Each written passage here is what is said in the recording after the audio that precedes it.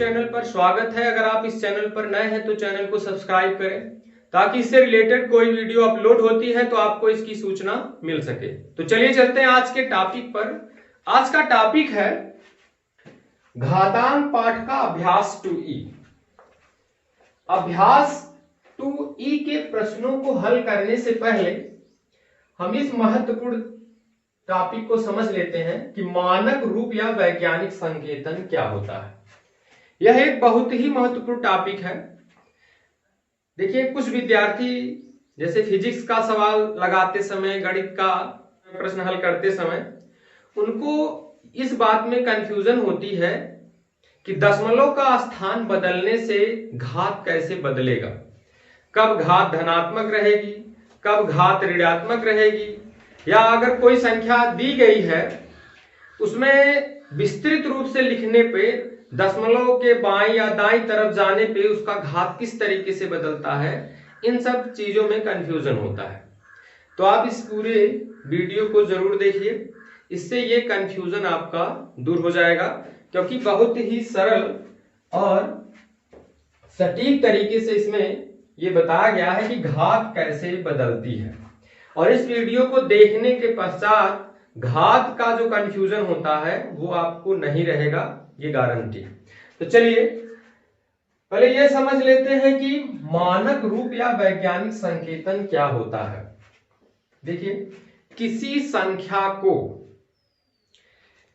कोई संख्या है उसे 1 से 10 तक के बीच की, 1 से 10 तक, और याद रखिएगा उसमें 1 सम्मिलित रहेगा लेकिन 10 नहीं, 1 से 10 तक के बीच की दशमलव संख्या और 10 की घात के गुणनफल के, 10 की घात के गुणनफल के रूप में जब किसी संख्या को व्यक्त किया जाता है तो उसको कहा जाता है मानक रूप या वैज्ञानिक संकेतन। याद रखिएगा, 1 से 10 के बीच की दशमलव संख्या तथा 10 की घात का गुणनफल, 10 की घात का जो गुणनफल होता है उसे कहेंगे मानक रूप या वैज्ञानिक संकेतन। जैसे कहीं लिखा गया है 5.2 गुणे 10 घाते 3, तो इसमें देखिए ये एक दशमलव संख्या है जो कि 1 से 10 के बीच की है और ये हमारे 10 की घात का गुणनफल है, तो ये वैज्ञानिक संकेतन में है। और याद रखिएगा ये जो दशमलव संख्या रहेगी वह 1 से 10 के बीच की होनी चाहिए, जिसमें 1 तो सम्मिलित है लेकिन 10 सम्मिलित नहीं है। तो चलिए हम आपको बताते हैं कि इसको कैसे लिखा जाता है।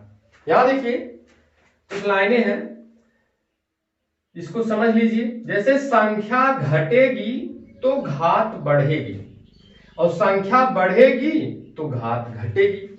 इसके पहले एक वीडियो इस पर बनाया जा चुका है जो कि वैज्ञानिक संकेतन के नाम से है, आप उस वीडियो को देख लीजिएगा। उसमें बहुत सारे एग्जाम्पल के माध्यम से इस चीज को समझाया गया है।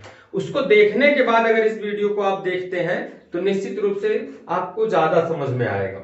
चलिए फिर भी इसमें आपको बताते हैं, संख्या घटेगी तो घात बढ़ेगी, फिर उसका उल्टा है संख्या बढ़ेगी तो घात घटेगी, फिर क्या है घात धनात्मक तो दाईं ओर चलना है और घात ऋणात्मक है तो बाईं ओर चलना है।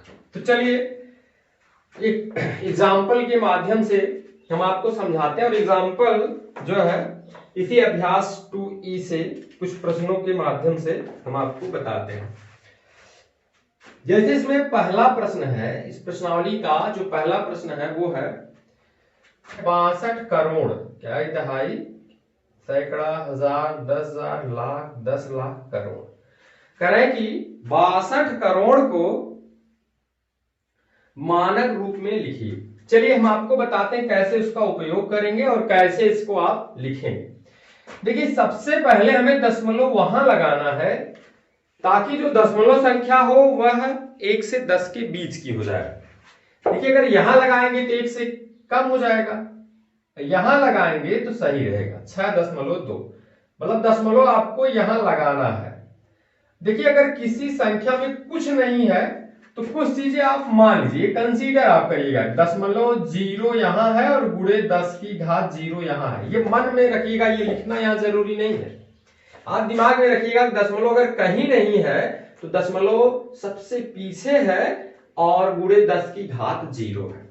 तो चलिए 62 करोड़ से आप 6.2 कर रहे हो तो संख्या घट गई कि बढ़ गई? 62 करोड़ से 6.2 संख्या तो घट गई ना, तो घात इसकी बढ़ जाएगी। घात यहाँ 0 है तो घात बढ़ेगी। देखिए संख्या घटेगी तो घात बढ़ेगी, तो संख्या घट गई 62 करोड़ से 6.2 हो गया। अब घात बढ़ेगी तो 10 की घात कितना बढ़ेगी? अब अंक देखिए, दशमलव यहां लगाना, यहां था 1 2 3 4 5 6 7 8 गुणे 10 की घाते 8। ठीक, देखिए कितना आसान है, एकदम आसान तरीके से आप इन सब प्रश्नों को हल कर सकते हैं। चलिए दूसरे में देखिए, दूसरे में कह रहे हैं कि 0.000000, 4 बार 0 है, फिर उसके बाद है 8। कह रहे हैं इसको वैज्ञानिक संकेतन में व्यक्त कीजिए। 0.00008 इसको वैज्ञानिक संकेतन में व्यक्त करना है। तो देखिए कितना आसान है। देखिए इसमें दशमलव नहीं था तो आपने लगा लिया, इसमें दशमलव है, और अब लगाना कहाँ है? यहां, क्योंकि अगर यहां लगाएंगे 0.8 हो जाएगा, 1 से कम हो जाएगा, यहां लगाना है। अभी था 0 अब हो जाएगा 8 अब 0 से 8 हो गया तो संख्या तो बढ़ गई।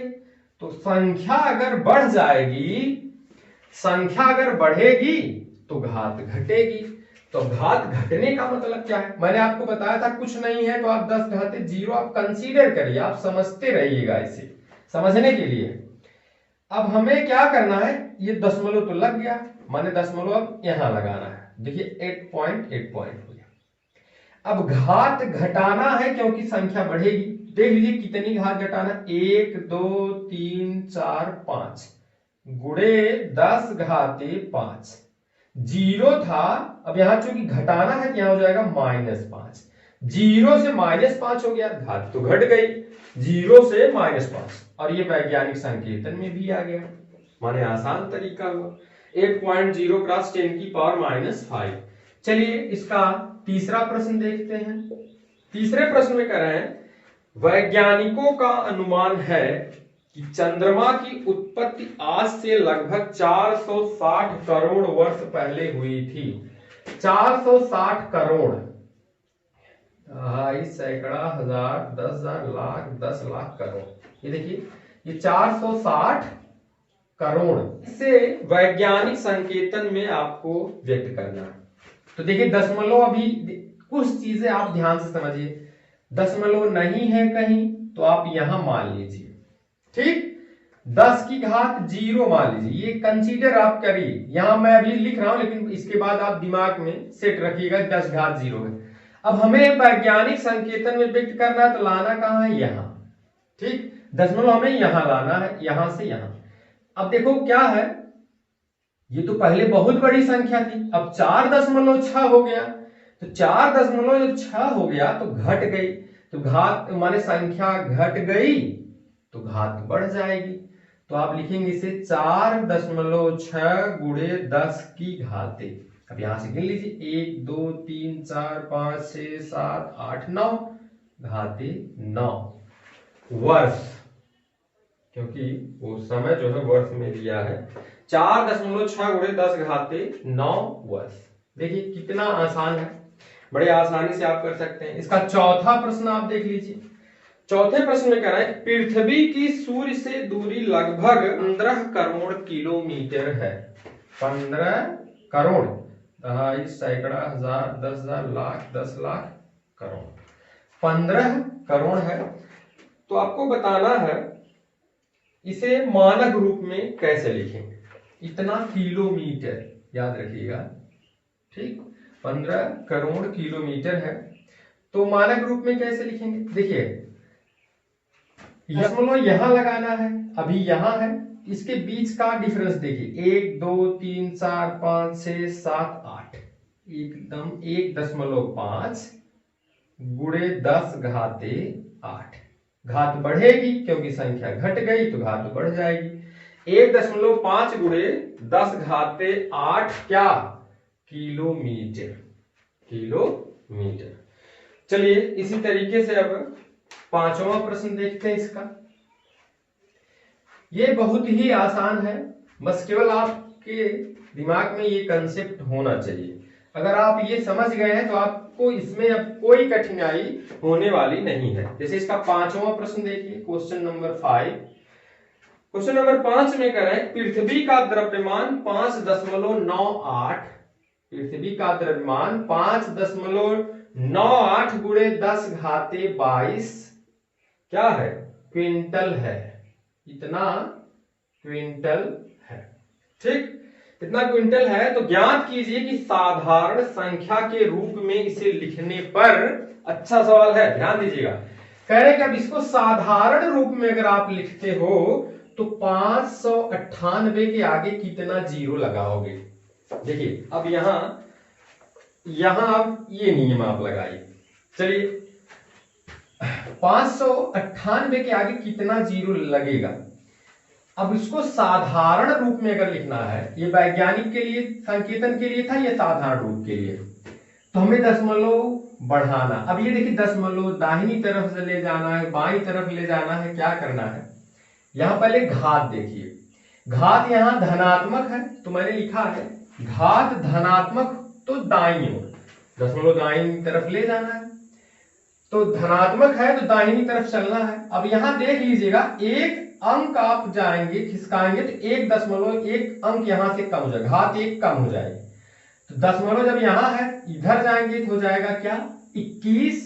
यहां पहुंचेंगे तो 21 और 8 के बाद पहुंचेंगे तो 20, माने 5, 9, 8 गुणे 10 घाते 20। तो कितना जीरो आप लगाएंगे? 20। आंसर इसका हो जाएगा 598 के आगे 20 शून्य लगाया जाएगा, क्योंकि यहां 10 की जितनी घात होती है समझ लीजिए उतनी ही उसके आगे जीरो। जैसे कहीं लिखा गया 10 घाते 2, पूरा लिखेंगे तो माने 100, 10 घाते 1 माने ऐसे, 10 घाते 3 माने 1000, जितना घात है उतनी जीरो। तो चलिए अब अगला प्रश्न देखते हैं, इसमें 20 शून्य लगेगा। अब 6वां प्रश्न देखिए, 6वां बड़ा अच्छा प्रश्न है। 6वें में कह रहे हैं कि निम्नांकित संख्याओं को वैज्ञानिक संकेतन में व्यक्त कीजिए। चलिए 4 हैं, इसमें से 2 एक बताते हैं। जैसे 2 करोड़ 20 लाख, यही बता देते हैं। 6वें का दूसरा देखिए, कह रहे हैं 2 करोड़ 20 लाख को वैज्ञानिक संकेतन में व्यक्त करिए। 2 करोड़ 20 लाख, दहाई, सैकड़ा, हजार, 10,000, लाख, ये हो गया 2 करोड़ 20 लाख। अब इसको वैज्ञानिक संकेतन में व्यक्त करना है। तो वैज्ञानिक संकेतन में व्यक्त करना है इसे, अभी भी मैंने बताया, यहां दशमलव समझिए और यहां 10 की घात 0 समझिए। आपको दशमलव लगाना है यहां, तो ये हो जाएगा 2.2। ठीक, और कितना अंक है दोनों दशमलव के बीच में? 1, 2, 3, 4, 5, 6, 7 गुणे 10 घाते 7। अब प्रश्न ये है कि यहां धन रहेगा ऋण, क्योंकि संख्या घट गई। ठीक, संख्या घट गई तो घात बढ़ जाएगी, इसलिए यहां पे माने 2 करोड़ 20 लाख से 2.2 क्या संख्या घट गई, घात 0 से 7 हो जाएगा।